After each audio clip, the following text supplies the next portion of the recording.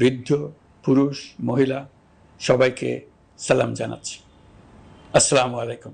আপনাদের সবাইকে ছাত্র জনতার বিপ্লবে সিক্ত নতুন বাংলাদেশে স্বাগত জানাচ্ছি। গভীর শ্রদ্ধা জানাচ্ছি জুলাই আগস্ট মাসে ফ্যাসিবাদের বিরুদ্ধে ছাত্র জনতার অভ্যুত্থানে নিহত সকলের প্রতি। তাদের আত্মার মাগফিরাত কামনা করছি। তাদের আত্মত্যাগের বিনিময়ে নতুন বাংলাদেশ গড়ার শপথ নিয়ে আমি আপনাদের কাছে কিছু কথা বলতে চাই।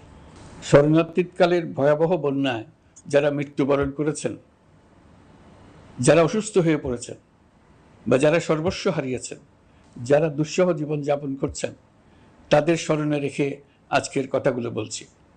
বন্যা দুর্গতদের জীবন দ্রুত স্বাভাবিক করার জন্য যাবতীয় উদ্যোগ সরকারি বেসরকারি পর্যায়ে নেবার আয়োজন করেছি।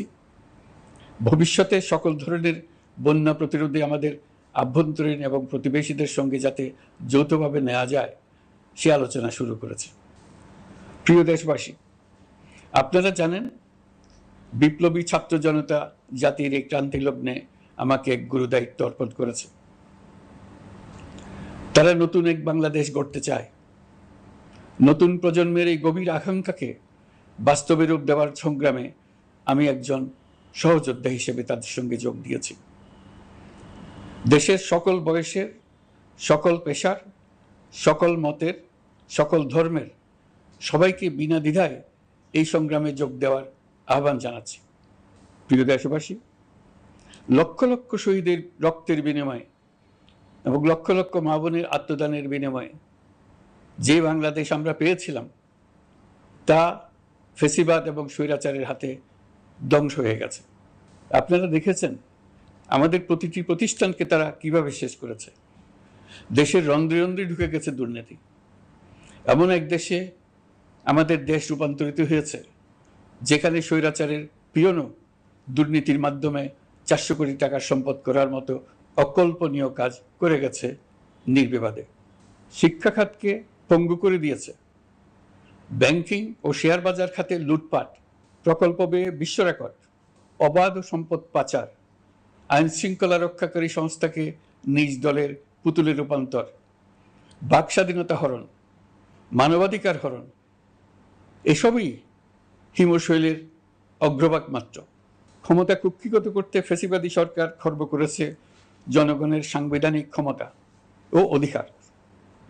দুঃশাসন, দুর্নীতি, অন্যায়, অবিচার, নিপীড়ন, বিচারের নামে প্রহসনের মাধ্যমে জনসুরক্ষা বিপন্ন করেছে।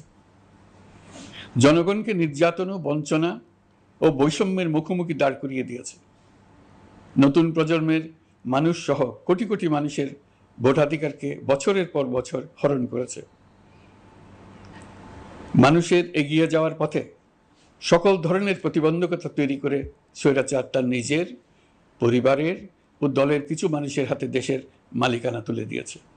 প্রিয় দেশবাসী, কিন্তু এই দ্বার প্রান্তে দাঁড়িয়েই আমাদের গড়তে হবে স্বপ্নের বাংলাদেশ। বৈষম্যহীন, শোষণহীন, কল্যাণময় এবং মুক্ত বাতাসের রাষ্ট্রের যে স্বপ্ন নিয়ে ছাত্র জনতা আন্দোলনে ঝাঁপিয়ে পড়েছিল, আমি তাদের সেই স্বপ্ন পূরণে অঙ্গীকারবদ্ধ।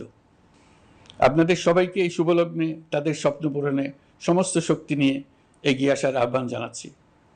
তাদের স্বপ্ন আমাদের স্বপ্ন। জাতীয় জীবনে তরুণরা একটা মহা সুযোগ সৃষ্টি করে দিয়েছে।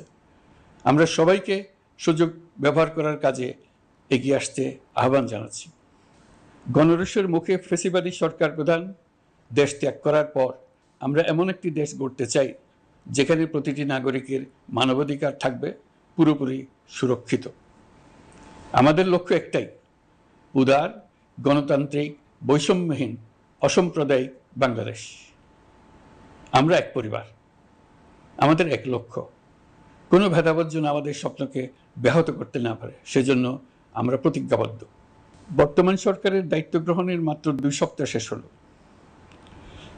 কর্মযাত্রার প্রথম পর্যায়ে রাষ্ট্র সংস্কারের কাজে আপনাদের কাছ থেকে যে সমর্থন পাচ্ছি সেজন্য আন্তরিক ধন্যবাদ।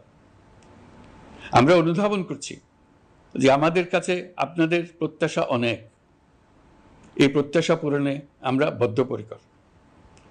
যদিও দীর্ঘদিনের গণতন্ত্রহীনতা 15 বছরের ফেসিবাদী শাসন ব্যবস্থা প্রায় প্রতিটি ক্ষেত্রেই আমাদের জন্য পর্বতসম চ্যালেঞ্জ রেখে গিয়েছে, কিন্তু এই চ্যালেঞ্জ গ্রহণে আমরা প্রস্তুত। আজ আমি সরকারের পক্ষ থেকে আপনাদের দোয়া